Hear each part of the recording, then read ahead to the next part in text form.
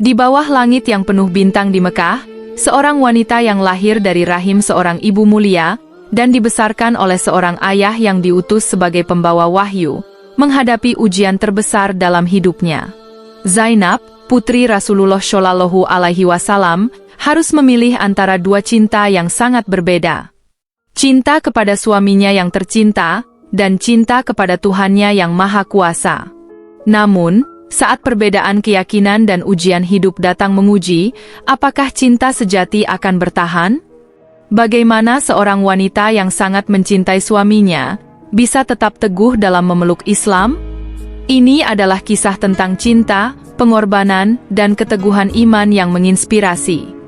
Ikuti perjalanan Zainab, yang berani memilih jalan yang benar meski harus berpisah dengan orang yang paling ia cintai.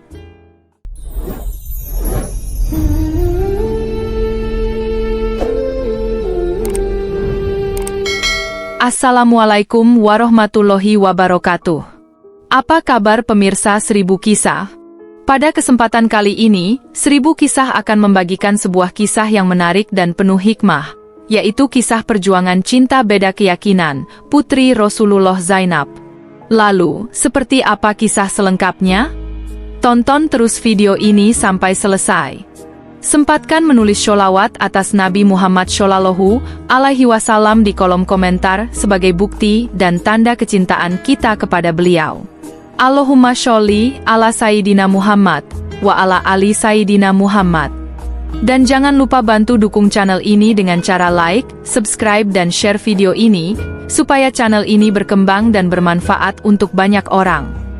Ini adalah kisah tentang sepasang suami istri yang diuji dengan perbedaan keyakinan, yaitu Zainab binti Muhammad dan Abul Ash bin Rabi.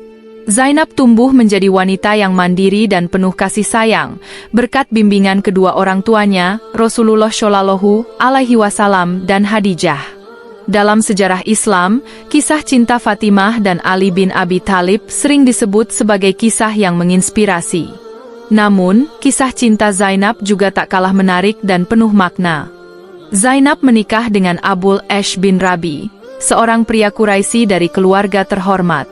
Pada hari pernikahannya, ibunya, Khadijah, memberikan sebuah kalung sebagai tanda kasih sayang yang mendalam. Kalung itu kemudian menjadi kenangan berharga bagi Zainab. Pernikahan mereka terjadi sebelum ayahnya, Nabi Muhammad Shallallahu Alaihi Wasallam, menerima wahyu pertama. Rumah tangga mereka penuh dengan kebahagiaan dan keharmonisan.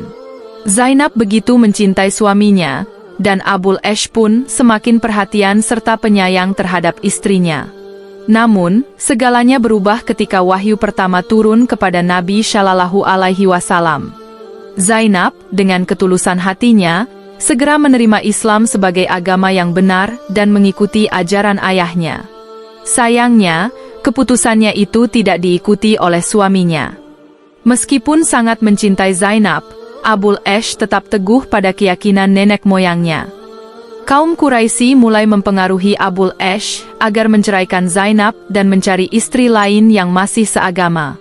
Namun, Abul Ash menolak karena ia mencintai istrinya.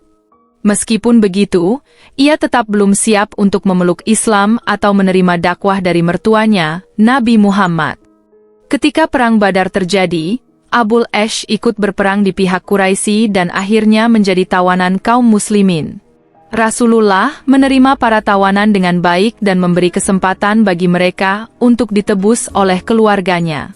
Mendengar suaminya ditawan, Zainab segera mengirimkan sebuah tebusan berupa kalung yang dulu diberikan ibunya. Ketika Rasulullah melihat kalung itu, beliau langsung mengenalinya dan teringat pada Khadijah. Dengan penuh haru, beliau meminta pendapat para sahabat, apakah mereka bersedia membebaskan Abul Ash demi putrinya, Zainab, tanpa mengambil kalung tersebut. Para sahabat pun menyetujui permintaan Rasulullah. Abul Ash akhirnya dibebaskan dengan satu syarat. Ia harus mengizinkan Zainab untuk pergi dan berhijrah ke Madinah demi keimanannya. Meskipun berat, Abul Ash harus merelakan perpisahan dengan istrinya. Dengan penuh kesedihan, ia kembali ke Makkah membawa kalung itu sebagai kenangan dari wanita yang sangat dicintainya. Sementara itu, Zainab pun menerima kenyataan pahit bahwa ia harus berpisah dengan suaminya demi mempertahankan imannya kepada Allah. Di dalam hatinya, Zainab merasa begitu berat untuk berpisah dengan suami yang sangat ia cintai. Kali ini, mereka tidak hanya terpisah karena perbedaan agama, tetapi juga karena keadaan yang memilukan. Saat itu, Zainab sedang mengandung calon buah hati mereka.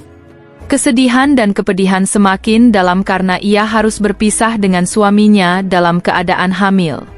Keesokan harinya, Abul Ash mengutus saudaranya, Kinanah bin Rabi, untuk mengantarkan Zainab ke perbatasan kota. Di sana, telah menunggu sahabat Nabi, Zaid bin Haritsah, bersama beberapa sahabat lainnya yang akan menjemputnya dan membawanya ke Madinah. Sebelum berangkat, Abul Ash berkata kepada saudaranya, "Wahai saudaraku, engkau pasti tahu betapa besar kedudukan Zainab di hatiku. Aku mempercayakan keselamatannya kepadamu. Tolong antarkan dia dengan baik hingga ia berada di bawah perlindungan ayahnya, Muhammad." Kinanah pun berangkat mengantar Zainab dengan penuh kehati-hatian.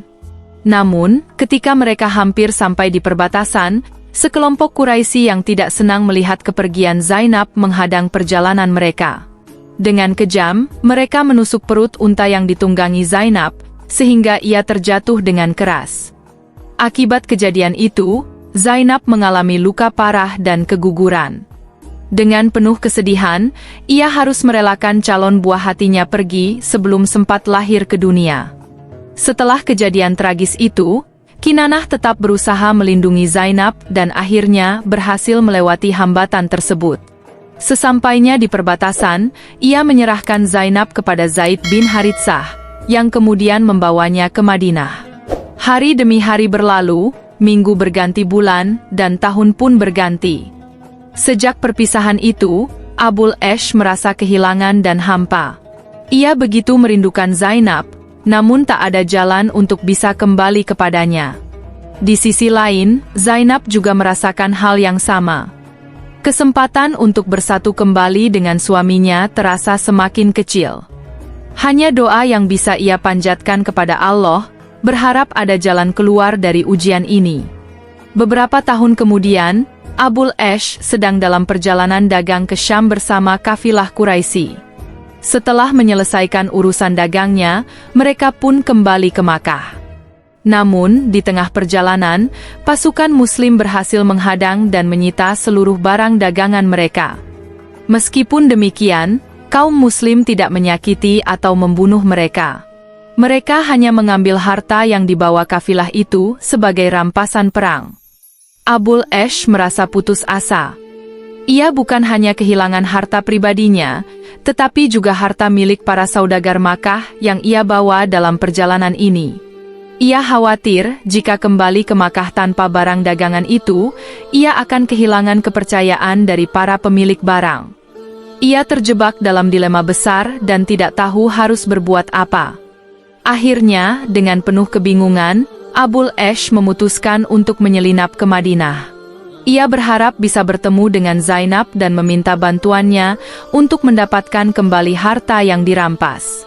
Saat malam tiba, ia berhasil masuk ke Madinah secara diam-diam dan mencari tempat persembunyian. Ketika Zainab mendengar bahwa Abul Ash ada di Madinah, hatinya bergetar. Ia masih menyimpan cinta yang begitu besar untuk suaminya. Tanpa ragu, ia segera mencari cara untuk melindunginya. Keesokan harinya, saat kaum Muslim berkumpul untuk sholat subuh di masjid, tiba-tiba suara Zainab terdengar dari tengah-tengah jamaah. Dengan lantang, ia berkata, "Wahai kaum muslimin, aku memberikan perlindungan kepada Abul Ash bin Rabi." Mendengar ucapan putrinya, Rasulullah terdiam sejenak. Beliau lalu menoleh kepada para sahabat dan bersabda, "Wahai kaum muslimin, apakah kalian mendengar apa yang telah dikatakan oleh Zainab?" Para sahabat mengangguk. Rasulullah kemudian berkata, "Demi Allah, kami tidak akan menolak perlindungan yang diberikan oleh putriku." Dengan demikian, kaum muslim pun tidak menangkap Abul Ash. Namun, Rasulullah meminta agar harta rampasan perang yang diambil dari kafilahnya dikembalikan.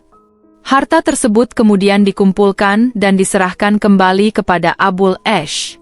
Salah seorang sahabat bertanya kepada Abul Ash, "Wahai Abul Ash, maukah engkau masuk Islam dan memiliki kembali seluruh harta ini? Karena sesungguhnya semua harta ini adalah milik orang-orang musyrik." Abul Ash terdiam sejenak. Ia sadar bahwa selama ini ia telah menolak kebenaran. Namun, apakah ia siap untuk menerima Islam? Abul Ash dengan tegas menjawab, "Sungguh buruk jika aku menerima tawaran ini. Aku tidak akan mengkhianati amanah yang telah dipercayakan kepadaku, bahkan jika itu berarti harus mengubah keyakinanku dengan cara yang seperti itu." Setelah itu, orang-orang yang sebelumnya merampas harta Abul Ash pun akhirnya mengembalikan semua hartanya sesuai dengan perintah Rasulullah. Ketika harta tersebut kembali berada di tangannya, Abul Ash segera memulai perjalanan pulang ke Makkah. Setibanya di Makkah, Abul Ash segera membagikan kembali semua harta titipan dagang yang telah ia bawa ke pemiliknya masing-masing. Setelah semua harta kembali ke tangan yang berhak, Abul Ash berkumpul dengan orang-orang Quraisy dan berkata, "Wahai orang-orang Quraisy, apakah kalian tahu bahwa aku telah menjaga amanah harta ini dengan baik, dan telah mengembalikannya sesuai dengan yang kalian percayakan?" Mereka menjawab, "Ya, wahai Abul Ash, kami tahu bahwa kamu telah menjaga amanah ini dengan baik." Abul Ash kemudian melanjutkan dengan suara lantang, "Aku bersaksi bahwa tiada Tuhan selain Allah dan aku bersaksi bahwa Muhammad adalah Rasul-Nya." Dengan kata-kata tersebut, Abul Ash akhirnya memeluk Islam. Setahun setelah perpisahan yang panjang, Zainab dan Abul Ash akhirnya dipertemukan kembali. Allah mengizinkan mereka bersatu kembali setelah lama terpisah. Zainab pun menerima suaminya dengan hati yang penuh kebahagiaan, dan mereka mendirikan rumah tangga yang penuh berkah dan cinta, dibangun di atas dasar iman kepada Allah dan Rasul-Nya.